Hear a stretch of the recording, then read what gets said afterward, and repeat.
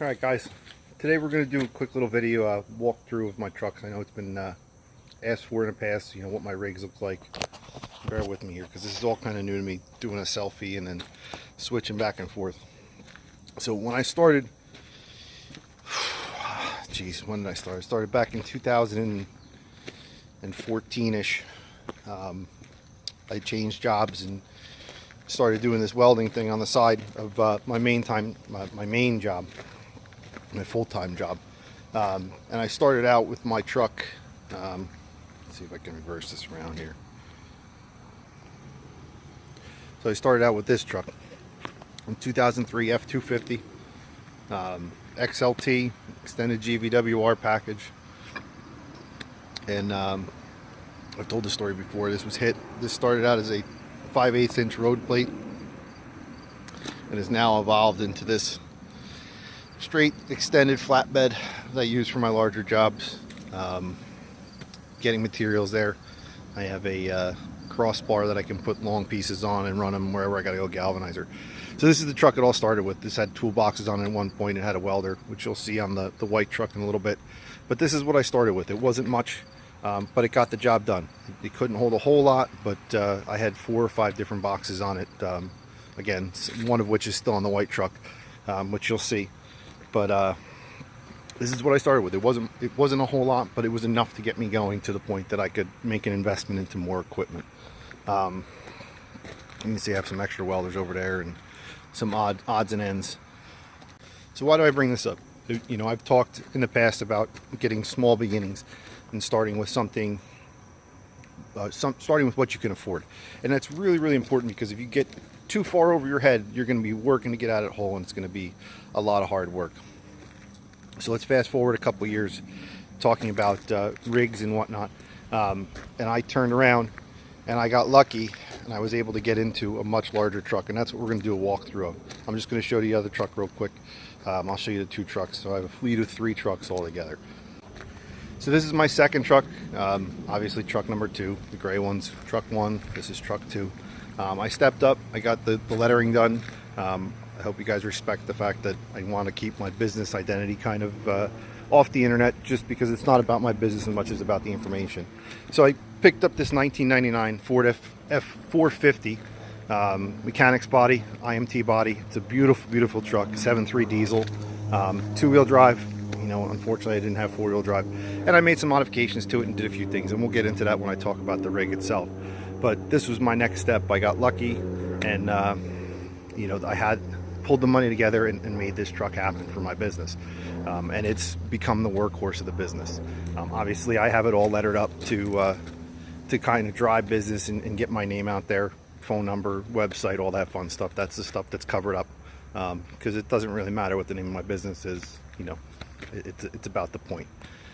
And then I got this one, my 2001 F550 V10 gas. She's a little beat up, she's a little tired, she needs some attention.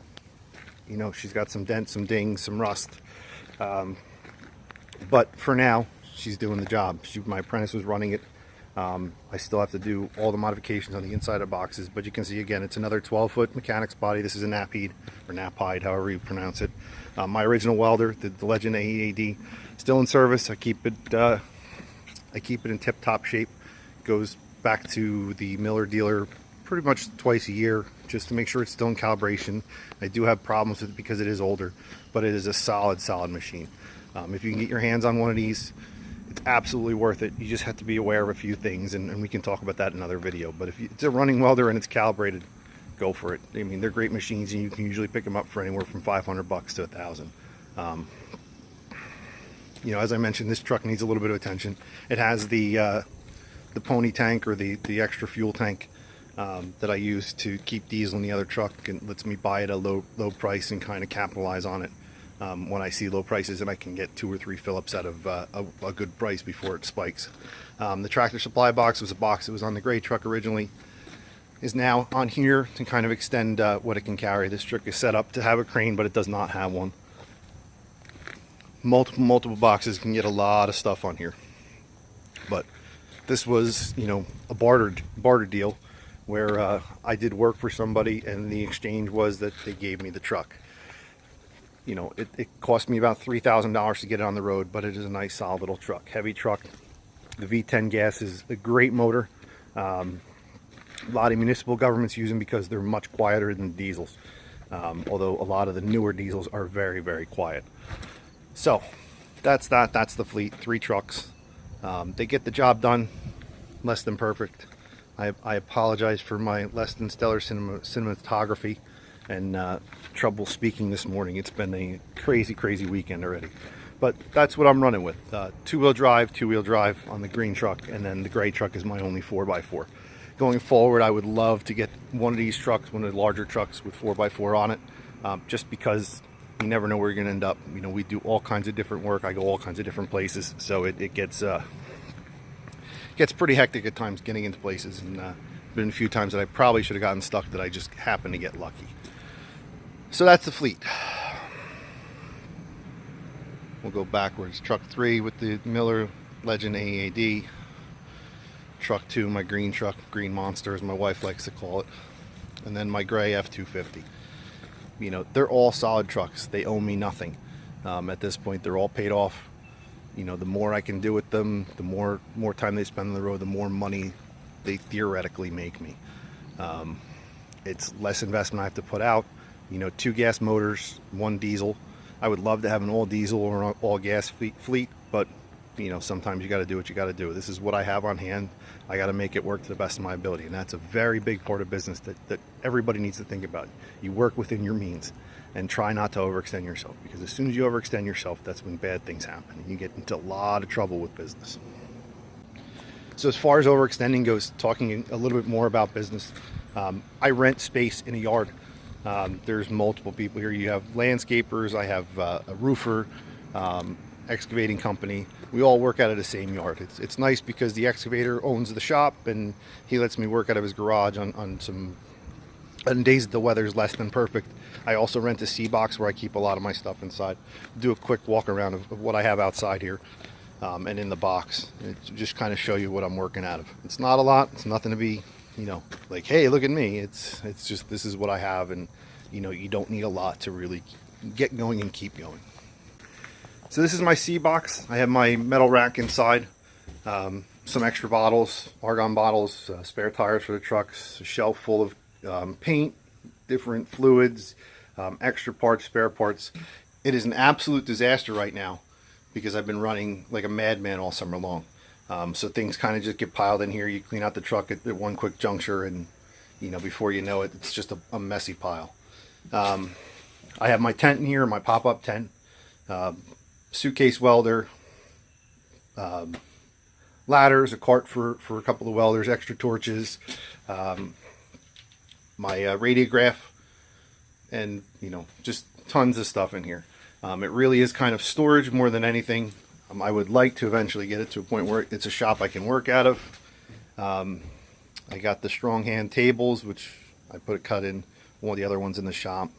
This is a Harbor Freight pickup for one job. For $200 it got the job done, versus the $600 name brand counterpart. Lots of extra pieces, extra scrap, acetone, solvents, my coffee, wire, my chop saw. It's all in here. My 220 extension cords, a bunch of hose, a cart that I modified for moving stuff around the yard that's just holding all my straps. And then inside, these are all solar lights. I have no hookup here to run power. The plan is down the line is to get a hookup for that and possibly be able to work out of this spot. But the lights for now are solar. They get the job done and they do the trick most of the time. It's just good to be able to work, you know, come down and get things organized and kind of get a grasp on the day. The outside area, you know, I'm working on the box still. I have somebody next to me that's in this space. Spare tires for the trucks, a couple tables to work on, spare welders. I have 2 of the Legends that are not currently running. Probably going to Frankenstein them together to make one good running machine, and then just keep whatever spare parts we can off of them. And I have a backup Lincoln that I got from somebody else. And then obviously tables, a barrel stove, you know, some extra metal on the back, springs, you know, odds and ends. But it's just a space to work out of and park the trucks. So So talking about rigs, I know a lot of guys are rig welders and whatnot, and there's a lot of people do walkthroughs of their truck. I'm not a pipeliner, not by any means. I don't focus on any one aspect of the business. I do lots of different parts of the business, so I'm kind of set up to do a little bit of everything. My truck, disclaimer, is an absolute disaster. For the same reason the box is a disaster, things kind of just get shoved back at the end of a long day, and they don't always go back where they belong. So we're going to kind of, cobble our way through this, and I'm going to show you what I got inside. It's going to be a brief run through, but kind of to show you what I have on the truck, and to give guys that are starting out or in business, ideas on ways to organize and get their rig set up in a way that works. The key is that you just got to find a system that works for you. If you know where everything is, it works out well.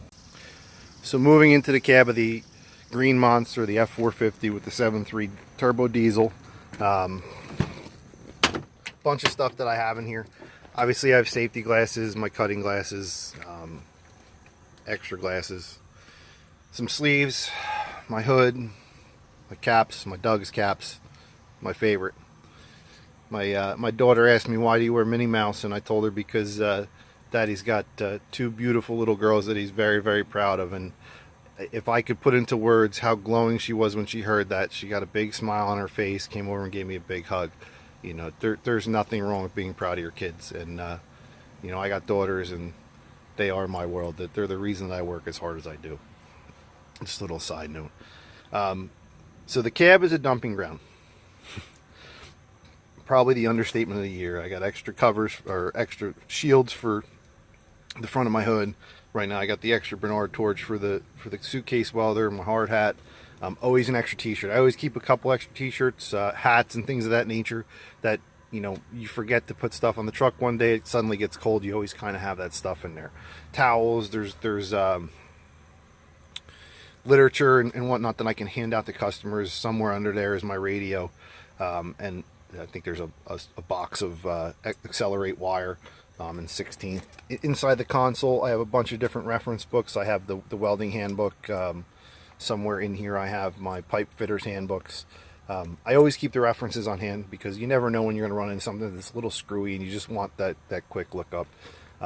Obviously phone chargers stay in here, for the purpose of being able to find information. If you have to look on Google, keep your phone always handy, and things of that extent.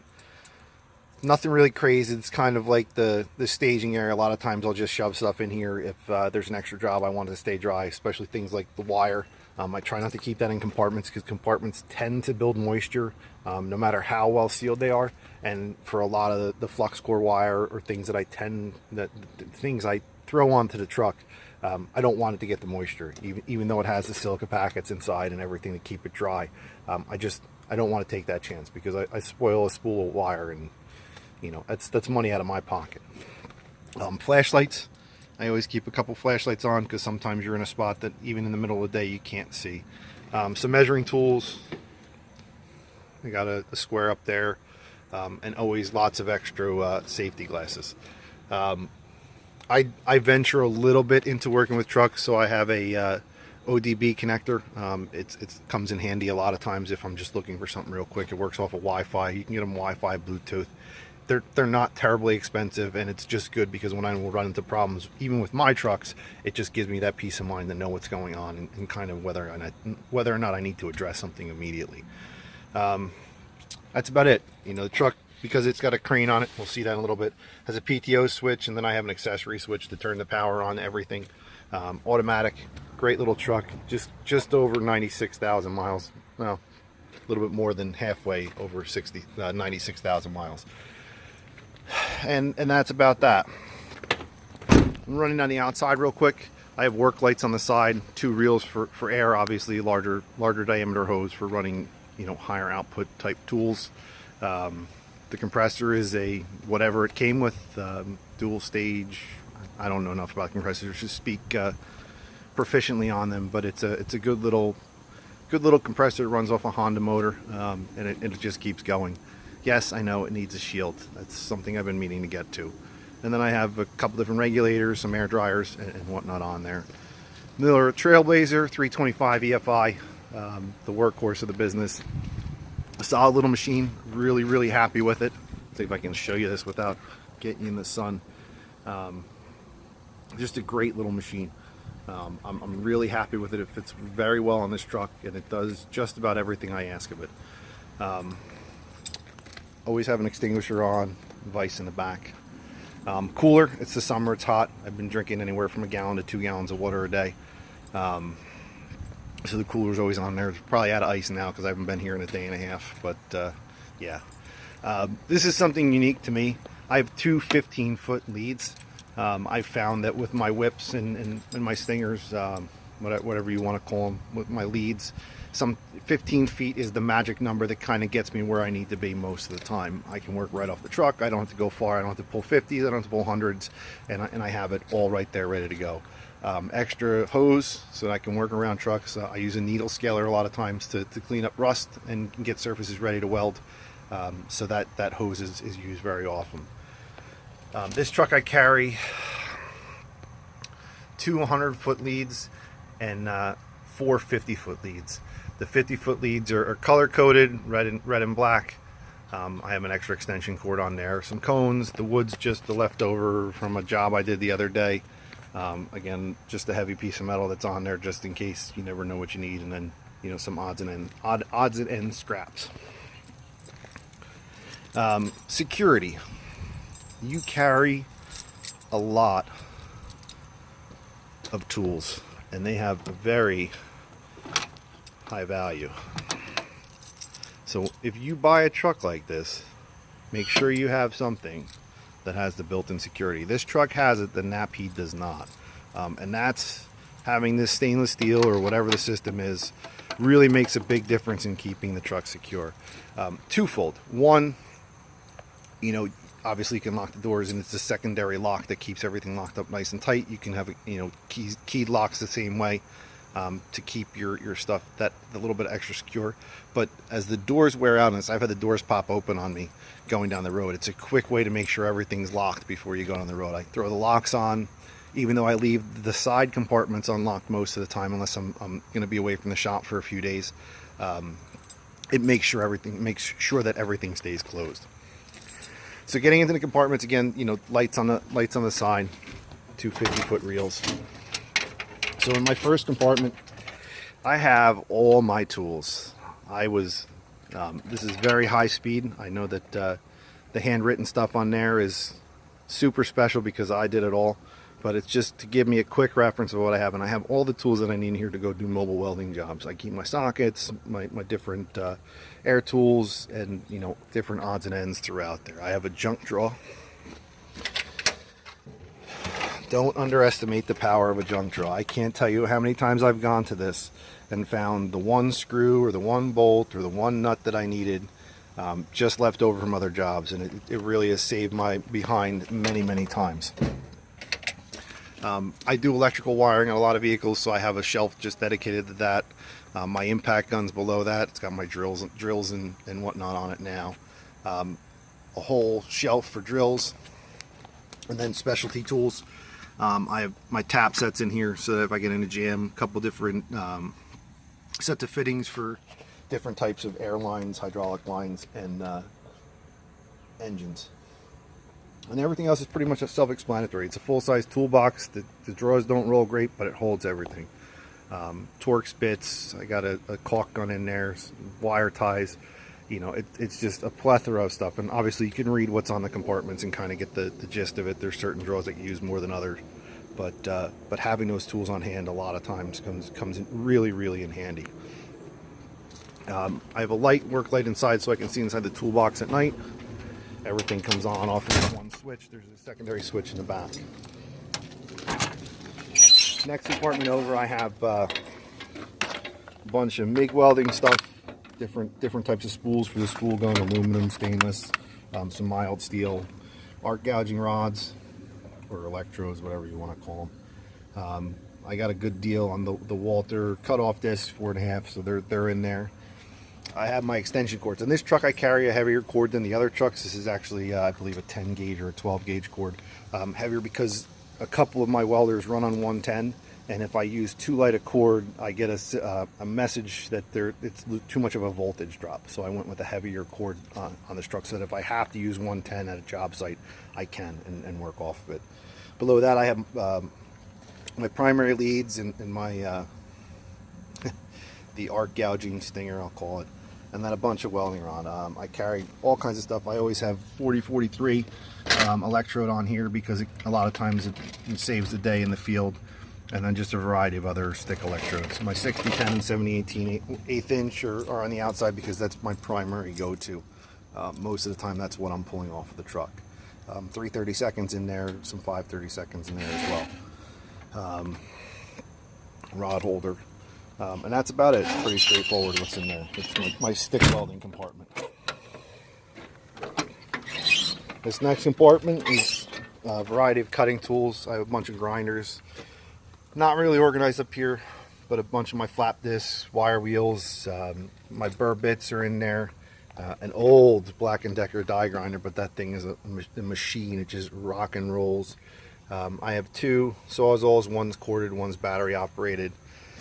My metal circular saw, my band saw, bag with a few more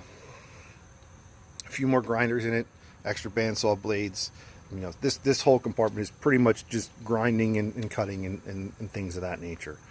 I always have extras because there's nothing worse than being on a job than, you know, getting into a jam or having a blade go bad and not having the backup. Moving right along.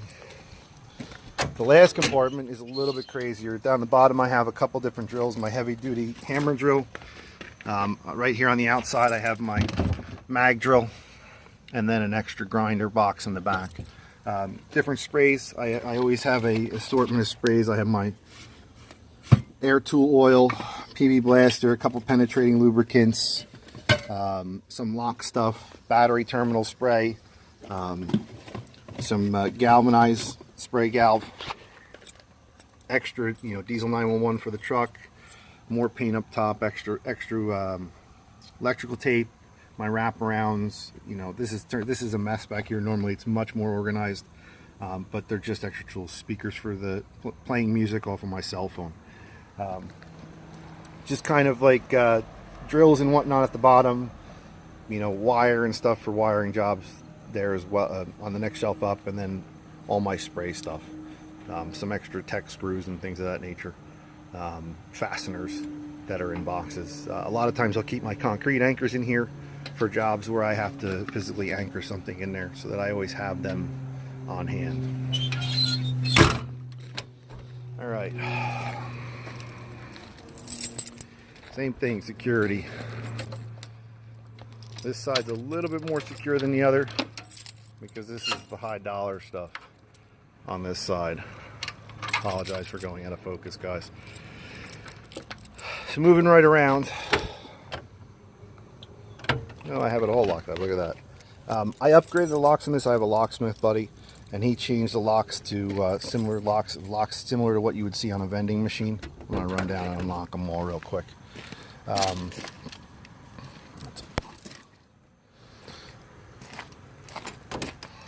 No, wasn't locked. Nice smooth operation, and they keep everything nice and locked up. So the controls for all the lights in the truck, they're broken up side to side. This is an IMT body. The controls for the crane are here. They're on a tether.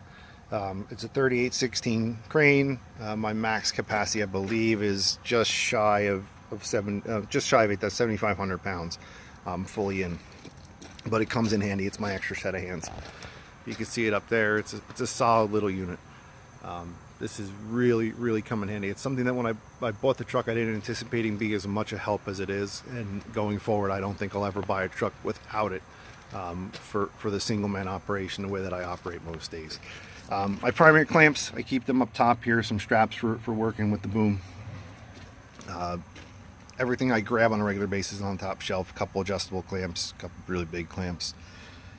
I always keep a couple straps on the truck. You never know when you need to pull something. Excuse me. My bag of clamps, my coffee can for putting different ends in, And then I have a couple bottle jacks, low profile, regular profile. I think they're all 10 or 20 ton jacks, probably 20 ton jacks. I got the heavy ones. They come in handy. My magnetic clamps are in there. All real handy stuff to have. This compartment gets used a lot on this side, as opposed to the other compartments that don't really get used a whole lot. She's old. She needs love sometimes. No, these are locked. So in the center compartment on this side, I keep my Dynasty 200. It's a great little Miller machine. I also have my Spectrum 875. These are my workhorses when it comes to, you know, obviously my plasma cutter and my stick / TIG machine. Lots of filler rods up top, different accessories, a couple different torches, extra plugs, consumables for the carbon for the plasma cutter, all my electrodes, and the box that goes with the TIG welder that has my torches and whatnot in it. Just air cooled. I'm not really doing enough to venture into water cooled on the truck, but maybe down the line that's something that we'll look into. I have the pedals for it. Right now this is finger controlled, but I have the pedals for it. I just haven't put them on the truck yet. This is my TIG and cutting compartment. And then odds and ends, my MIG gloves and TIG gloves. Little stand for my torches, comes in handy at times, and then just filler wire. Up top is a little bit messier. I got my come along, couple odds and ends, and a glad hand for working off of a truck. My fall protection's in there. This compartment gets wet at times, so pretty much everything that's in here is self-contained, with the exception of the come along that's getting destroyed by getting wet all the time. The cardboard box is withering away to nothing, but I don't like not having it on the truck for the reason of you never know when you need it.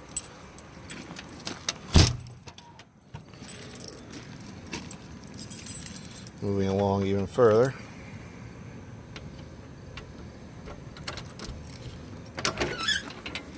In this compartment I have my spool guns, my Millermatic 211. It's a great little machine. I thought I was getting the new one. I actually got the old one.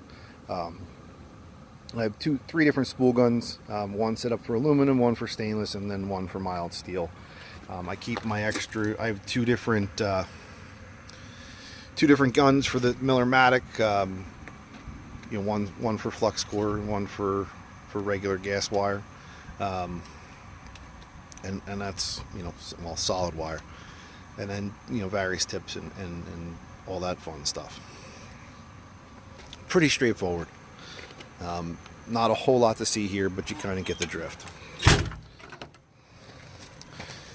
And then finally, this is kind of another dumping ground. In my fireproof blanket, I have the scrubs and extra hand scrubs, flashlight, big wrenches, my pry bars, my long handled ratchets, extra hoods. There should be an extra helmet floating around in there somewhere. My jackets, my torch setups in there. In the back, underneath the jackets, I have my argon, my argon CO2 mix C2575. A oxyacetylene rig. I have my oxyacetylene rig is set up with quick connects, and that's so that, which I didn't show you in the cab, I have 3 or 4 different torches that I can use. A long handle air coat torch, I got a short handle air coat torch, a Victor straight torch, and a couple other, I have a Smith torch floating around as well, that I use for various different things. Also in the back over there, there's a little seat that I pull out at times so that I can always be comfortable. And yeah, that's about it. It's nothing spectacular or earth-shattering, but it's mine. You know, it owes me nothing. It's set up the way that I like to run. It gives me the capability to roll up on a job and have everything that I need to get the job done. Odds and ends that go on here, pipe stands that I keep in the box, a table, the tent, they're all things that I put on day by day, as needed. It's not something that I jump into and say this is going to stay on the truck at all times, because I don't always need them, and it's just space that you know, space and weight that I don't need on the truck burning fuel. You know, again, it's a mess, so I apologize. It's probably not as clear, probably doesn't seem so spectacular, but it's a lot. There's a lot on here, and the goal is to set the white truck up the same way, with the exception of having a crane. Probably have a few other things on there that this truck won't have. Upgrade the welder down the line and get the old one off and just kind of keep that in reserve, maybe keep it at the shop. But the ultimate goal is to have a backup truck so that if the other truck goes down, I can have something to jump right into and just keep work rolling. And that's about it. You know, any questions, any comments, you know, there are plenty of tools that I would love to see on here that I don't have. I would love to have a dedicated compartment that allows me to keep my suitcase welders on the truck at all times, because that's something that I day by day have to put on the truck because of the space constraints within it. Down the line I would probably want to go for something a little bit bigger than this for myself, but this would be good for somebody who's just doing one type of work to set it up to go out and do that job day in and day out and still have a little bit of capability beyond that. I am very particular to Fords. I've had the most success with them in all my life. I've driven Chevys, I've driven Dodges. I was never crazy about the way the Dodges stopped. The transmissions were fickle at times. The Chevy was the same problem. I drove a dump truck that was a 3500 and it just did not stop. Same thing with the Chevy vans. I was never really happy with the brake systems on them. I've always said that if I could get a Ford truck or a Ford brake system with a Chevy motor and transmission on a truck and with I think the frame rails of a Dodge, put them all together and make a Franken truck, you would have probably one of the best trucks, but it would be a little bit of everything, and God only knows what that would look like. But they all have their strengths. As far as from a fleet standpoint, I've had great success with Fords. Municipal government, I worked a lot with the Fords, and they were always very reliable. They started every day. They had their problems. There were issues with some of them, but all in all, I've always been very, very happy with my Fords.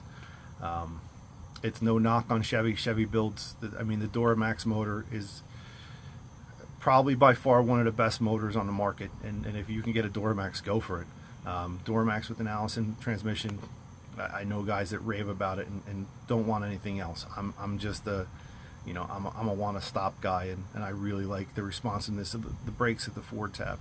I have a 7.3, which is probably the best motor that Ford has ever made. I actually have the Navistar version before they sold it out and Ford started making it, so it's a solid motor. That's the 444E from Navistar or International for those of you that want to call it by the other name. By far one of the best motors on the market, and it's probably going to go 1,000,000 miles or more. On the 6.0s, a lot of guys have a bad feeling about the 6.0 Power Strokes. They have problems around 100,000 miles. I'm going to say this, and I'm going to say it once. They get a bad rap. A lot of the problems with those 6.0s are component problems. The 6.0 motor, there's a guy, PowerStrokeDieselHelp.com or something like that. He's phenomenal. He really lays it out there for you. They're 1,000,000-mile trucks. If you make the right modifications to it, and who wants to buy a 6.0 and make all those modifications, put $5 or $6 grand into it? But to have a motor that runs 1,000,000 miles and you can run a truck, for more or less, forever, and really get your work out of it, it might be worth it, especially if you can get it for the right price. These mechanic body trucks are not easy to come by. So if you find one with 6.0, it might be worth it to get it for the right price and put that time and money into it. I'm not going to talk about the Chevys. I don't know enough, and I'm not going to talk bad about them. There's guys that go with the bigger chassis, the Kenworths, the Peterbilts, the Internationals, even the Fords now. Chevy, you can always go with the Kodiak or something a little bit larger. The C5500, all those series. They're all great trucks. You just got to figure out what works for you. Like I said, preference for me, I'm all about the Fords. Gas versus diesel, that's a tough call. It comes down to what you're looking for. If you're in an area where you need a truck that's quiet, that's awesome. Go with the gas. If the fuel economy, or diesel's more readily available and the prices are more controlled, then go for that. I will tell you this, having the 7.3, I cannot talk on the phone with a Bluetooth because the engine is that loud. However, in the V10, I can have a perfectly clear conversation with somebody on the phone, and that's something to consider. If you're on your own, you need something that people can, you can answer the phone while you're driving with a Bluetooth on, and then have a conversation and make a sale and get the customer in the door. The F250 is 15 years old this month. I've had it for just over 15 years at this point. Like I said, it was hit. It owes me nothing. And the more I work it, the more money I make with it, and it pays itself. It's paying for itself. It's paid itself several times over at this point. Any questions?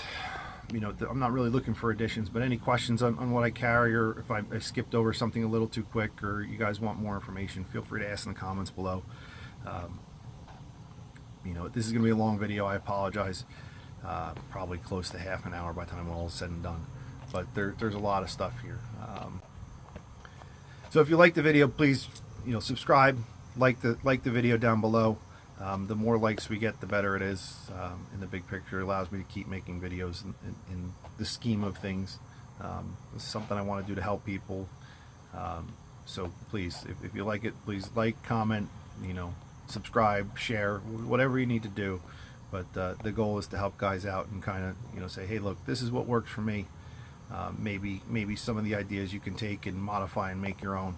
I'm not secretive other than about my business name and phone number, but I'm here to share what's worked for me and what hasn't worked for me. And so far, this truck has really worked out well for me. And I'll get into video of the other trucks another day as they're finished. The gray truck is still getting modified, and then the white truck has to get repaired. And yeah, that's about it. Thanks for watching. Cheers.